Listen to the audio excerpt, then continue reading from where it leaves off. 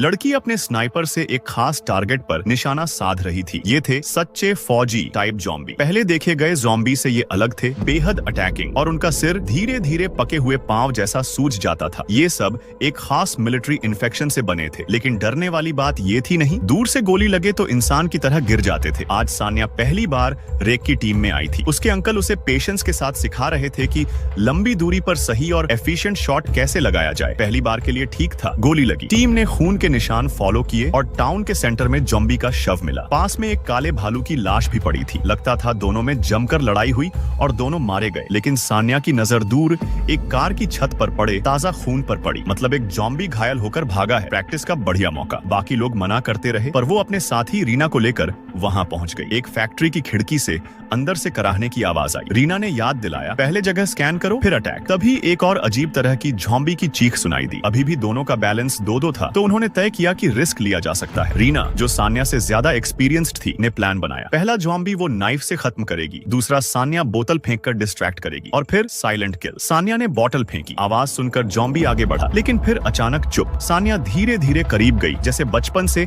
ऐसे मौके का सपना देख रही हो। मौका पाकर उसने पीछे से अटैक किया और गिरा दिया। दूसरी तरफ रीना भी सफल रही, लेकिन तभी फर्श टूट गया और सान्या नीचे जा गिरी। रीना ऊपर से नहीं कूद सकती थी, उसे रस्सी ढूंढनी थी। जाते जाते उसने कहा, यहीं रुको, हिलो मत। पर सान्या जिज्ञासा में चारों तरफ देखने लगी। इसी दौरान पीछे से हल्की आहट आई। ये था पैंथर लेवल का ज़ॉम्बी, जो इंसानी शक्ल और चालाकी रखता था और इंसानी आवाज से शिकार को बुलाता था। अनुभव की कमी से सान्या उसकी ट्रिक में फंस गई। उसका शॉटगन बहुत पास से असर करता, इसलिए वो आगे बढ़ी और तभी पीछे से हमला हो गया। हथियार गिरा और क्लोज कॉम्बैट में वो ज्यादा देर टिक नहीं पाई। ज़ॉम्बी ने पेट पर काट लिया, लेकिन उसने झट से पिस्टल निकालकर कई गोलियां दाग दी। ज़ॉम्बी मरा, पर सान्या इन्फेक्ट हो चुकी थी। किसी और के लिए ये मौत की घंटी थी, पर उसकी माँ से मिली इम्यूनिटी ने उसे बचा लिया। अब उसे ये राज छुपाना था, वरना लोग उसे लैब में चूहा बना देंगे। टीम लौटी और रिपोर्ट दी, लेकिन उसने अपने कांटे जाने का जिक्र नहीं किया। सर्वाइवर कमेटी ने फैसला किया कि इतनी सारी ज़ॉम्बी और भालू की लड़ाई ये साबित करती है कि एरिया अब सेफ नहीं रहा। घर पहुंचते ही